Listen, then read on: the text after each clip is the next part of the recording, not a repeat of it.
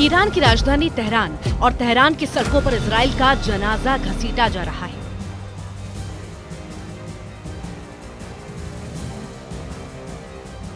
Iran में Israel को पूरी तरह खत्म करने की कसम खाई जा रही है। कसम इस बात की कि ईरान मरते दम तक लड़ेगा। इसीलिए ईरान की बहुत ही खतरनाक सिविल डिफेंस फोर्स एक्टिव कर दी गई है। ईरान के सुलेमानी नंबर 2 ने तेहरान ने इस फोर्स को उतार कर बता दिया है कि खामेनेई अब इजराइल और अमेरिका को दूसरा मौका नहीं देंगे। अब कौन है ईरान का सुलेमानी नंबर 2? उसकी पूरी डिटेल जानने से पहले देखिए तेहरान से अमेरिका और इजराइल को डराने वाले वीडियो कितने खतरनाक हैं।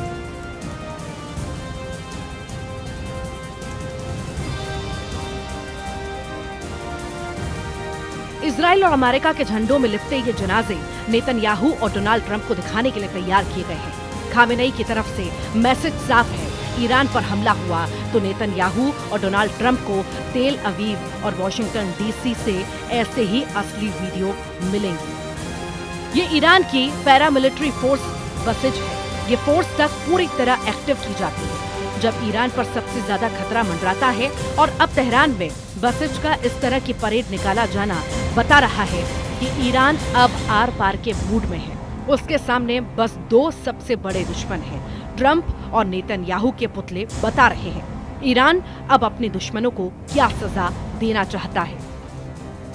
बसिज फोर्स की परेड में सैकड़ों कमांडो दिखे। पहले निकले, फिर मोटरसाइकिल वाली ब्रिगेड भी शामिल हुई, यानी ऐसी छापामार टुकड़ी जो सीरिया और इराक में एक्टिव रही है। इसके बाद एसयूवी में सवार बसिज फोर्स भी बड़ा मैसेज है। ईरान अब पूरी ताकत के साथ लड़ने के लिए तैयार है, या ये कहें कि ईरान ने एक तरह से इजराइल के खिलाफ सबसे बड़े युद्ध का ऐलान कर दिया है। तेहरान की सड़कों पर इजराइल और अमेरिका के जनाजों को घसीटा जाना है। ये तस्वीरें ईरान का माइंड गेम है। ये बात नेतन्याहू और डोनाल्ड ट्रंप दोनों जानते हैं। अमेरिका और इजराइल में ही नहीं, ये वीडियो अब कई देशों में चर्चा का मुद्दा बन चुका है।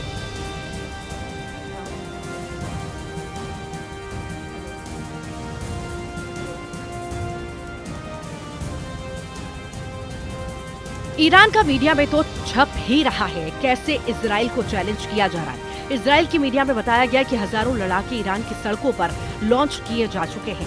फ्रांस की मीडिया में देखिए, ईरान की बसिज फोर्स में महिलाओं की AK-47 के साथ तस्वीर जारी की गई। वहीं चीन की मीडिया भी बता रही है कि ईरान में बसिज फोर्स को एक्टिव कर दिया गया है। अब बसिज फोर्स कैसे खाड़ी देशों में अमेरिका के एक छत्र राज और नेतन्याहू के ग्रेटर इजराइल वाले प्रोजेक्ट के लिए खतरा है। इसे समझने के लिए खामेनेई की इस इमरजेंसी फोर्स को बहुत गहराई से समझने की जरूरत है, क्योंकि खामेनेई बसिज फोर्स को तभी एक्टिव करते हैं जब ईरान पर खतरा बहुत ज्यादा होता है और ईरान के दुश्मन उस पर हावी होने लगते हैं। सीरिया में बशर अल असद का तख्ता पलट और जुलानी का राजधानी दमिश्क पर कब्जा ईरान की बहुत बड़ी हार मानी जा रही है, और अब लेबनान से लेकर तेहरान तक ये महसूस किया जा रहा है कि इजराइल ने ईरान को हराने के लिए सबसे बड़े युद्ध की शुरुआत तक कर दी है। यही वजह है कि तेहरान की सड़कों पर अब बसिज फोर्स ने नेतन्याहू और ट्रंप को डराने वाली परेड निकाली है। यदि हम जायोनी शासन को नष्ट कर देते हैं और इस क्षेत्र से अमेरिकी ठिकानों को हटा देते हैं, तो इसका मतलब है कि हमने गोली से 100 लक्ष्यों पर हमला किया है और 1000 समस्याओं का समाधान किया और सब कुछ ठीक हो जाएगा। सभी देशों की प्रगति का रास्ता साफ हो जाएगा। आज ये बात सबके सामने स्पष्ट हो गई है। ईरान की आबादी करीब 9 करोड़ है। इनमें से 2.5 करोड़ लोग बसिज फोर्स के सदस्य हैं। इनमें महिलाएं भी बड़ी तादाद में शामिल हैं। बसिज में 60,000 सैनिकों को 24 घंटे के नोटिस पर तैनात करने के लिए तैयार किया जा सकता है। बसिज फोर्स का कमांडर ही अमेरिका और इजराइल की दहशत डबल कर सकता है। जैसे कहा जा रहा है, ईरान का सुलेमानी नंबर 2, क्योंकि इसका नाम ब्रिगेडियर जनरल गुलाम रेजा सुलेमानी है। गुलाम रेजा सुलेमानी ने 2001 से 2004 के बीच फज्र डिवीजन की कमान संभाली है। गुलाम रेजा सुलेमानी ने 2004 से 2006 के बीच ईरान की थलरल्ला डिवीजन का नेतृत्व कर चुके हैं। इसके बाद 2006 से 2008 तक ईमान हुसैन डिवीजन की कमान भी गुलाम रेजा सुलेमानी के पास रही। इसके बाद अगले 11 सालों तक खामेनेई ने ब्रिगेडियर जनरल गुलाम रेजा सुलेमानी को साहिब अज जमान कोर का नेतृत्व सौंप दिया। 2019 के बाद से सुलेमानी नंबर 2 के पास बसिज फोर्स की कमान है और ये फोर्स खामेनेई की बहुत खतरनाक सेना मानी जाती है। जब गाजा में लगातार इजराइल की बमबारी चल रही है और 46,000 से ज्यादा फिलिस्तीनियों की मौत हो चुकी है, तब नेतन्याहू पर सबसे बड़ा दबाव बनाने वाली ताकत ईरान को ही माना जा रहा है। लेकिन सीरिया पर जुलानी के कब्जे ने ईरान की रणनीति को बहुत बड़ा नुकसान पहुंचाया है और हिजबुल्लाह की सप्लाई लाइन कटने के बाद ईरान बहुत ज्यादा बेचैन है। इसीलिए अब बसिज फोर्स के कमांडर बोल रहे हैं कि इजराइल को हराना अब बहुत जरूरी है। तेहरान में निकली ये परेड बता रही है कि ईरान का सुलेमानी नंबर 2 एक्टिव हो चुका है। सुलेमानी नंबर 2 एक्टिव तेहरान में जिस तरह से अमेरिका और इजराइल के जनाजे बनाकर घसीटे गए, वो साबित करता है कि ईरान में सुलेमानी नंबर 2 की बसिज फोर्स एक्टिव हो चुकी है। बसिज फोर्स एक्टिव तेहरान की सड़कों से लेकर ईरान में सत्ता के गलियारों में इस वक्त मूड बहुत खतरनाक है। ये माना जा रहा है कि ईरान इस वक्त पैनिक मोड में है। इस पैनिक की वजह से इजराइल और अमेरिका से आने वाली खबरें हैं। पैनिक यानी घबराहट, खलबली, बेचैनी, जो ईरान में बड़ा तहलका मचा सकती है, क्योंकि सुलेमानी नंबर 2 यानी ब्रिगेडियर जनरल गुलाम रेजा सुलेमानी को ऑर्डर देने वाली अली खामेनेई सुपर एक्टिव हो चुके हैं। दोनों का इस तरह सक्रिय हो जाना बताता है कि ईरान इस वक्त बहुत बेचैन है। इसमें कोई शक नहीं, ये 2 वीडियो इसका सबूत है। एक तरफ तेहरान में इजराइल का जनाजा निकाला जा रहा है, तो दूसरी तरफ ईरान दिखा रहा है कि अगर उसके परमाणु अड्डों पर वार किया गया तो वो कैसे जवाब देगा। इसके लिए ईरान ने नतांज न्यूक्लियर अड्डे के पास अपनी एयर डिफेंस वाली ताकत दिखाई है। ईरान के खिलाफ लगातार रिपोर्ट आ रही है कि अमेरिका और इजराइल 20 जनवरी से पहले ही बड़ी स्ट्राइक कर सकता है। इजराइल और अमेरिका मिलकर ईरान के परमाणु अड्डों को टारगेट कर सकते हैं। इसमें बड़ा टारगेट बन सकता है ईरान का नतांज न्यूक्लियर प्लांट। नतांज को बचाने के लिए ईरान ने जो 3 लड़ाके तैनात किए हैं, लॉन्च होते ही ये दुश्मन का जनाजा निकाल देते हैं। ईरान के इन 3 लड़ाकों ने इस वक्त इजराइल के इरादों को अपने टारगेट पर लिया है। अब देखिए, ईरान का घोड़दाद एयर डिफेंस सिस्टम ये अपनी मान से निकलता है, उस फ्रंट पर तैनात कर दिया जाता है जहां इजराइल के एयर अटैक का सबसे बड़ा खतरा है। रूस के बुक M2 की नकल घोड़दाद 50 से 100 किलोमीटर की रेंज में टारगेट खत्म कर सकता है। इसके बाद ईरान ने दिखाया अपना टोर एयर डिफेंस सिस्टम। रूस से लिया गया यह सिस्टम यूक्रेन में भी एक्टिव है। Range 25 kilometre. हेलीकॉप्टर हो, ड्रोन हो या फिर नीचे उड़ने वाला फाइटर जेट, समझ लीजिए काम तमाम। अब देखिए ईरान का 9-डे एयर डिफेंस सिस्टम। आसमानी टारगेट के इस नए दुश्मन का मतलब है कि 30 किलोमीटर में हर लक्ष्य खल्लास। ईरान ये अपने एयर डिफेंस सिस्टम इसीलिए गुफा से निकाले हैं क्योंकि खामेनेई के कमांडरों ने मैसेज दे दिया है कि अब करो या मरो के हालात है। इसकी वजह से ईरान ने लॉन्च कर दिया है अपना युद्धाभ्यास इक्तिदार, जिसके टारगेट पर है इजराइल और अमेरिका। ईरान के तेवर देखकर अमेरिका और इजराइल दोनों हैरान हैं, लेकिन उनको पहले से उम्मीद रही है कि ईरान खामोश नहीं बैठेगा। यही वजह है कि गाजा, लेबनान और सीरिया के बाद अब क्या ईरान और इजराइल के बीच डायरेक्ट टक्कर होगी और क्या ये परमाणु स्टेज पर पहुंच सकती है? इसको लेकर पश्चिम के मीडिया में पहले भी कई खतरनाक रिपोर्ट छप रही हैं।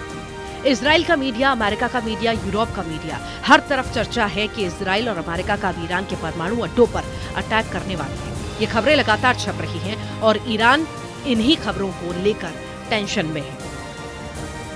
लेकिन 2025 की शुरुआत में अगर इजराइल या अमेरिका ने ये कदम उठाया तो समझ लीजिए कि एक और बड़े युद्ध में पूरे साल को झोंक दिया जाएगा और फिर पूरी दुनिया इस बात की गारंटी ईरान भी देगा और साथ में ईरान का साथ देने वाले देश यानी पुतिन, शी जिनपिंग और किम जोंग उन पूरे यूरोप और अमेरिका पर टूट पड़ेंगे।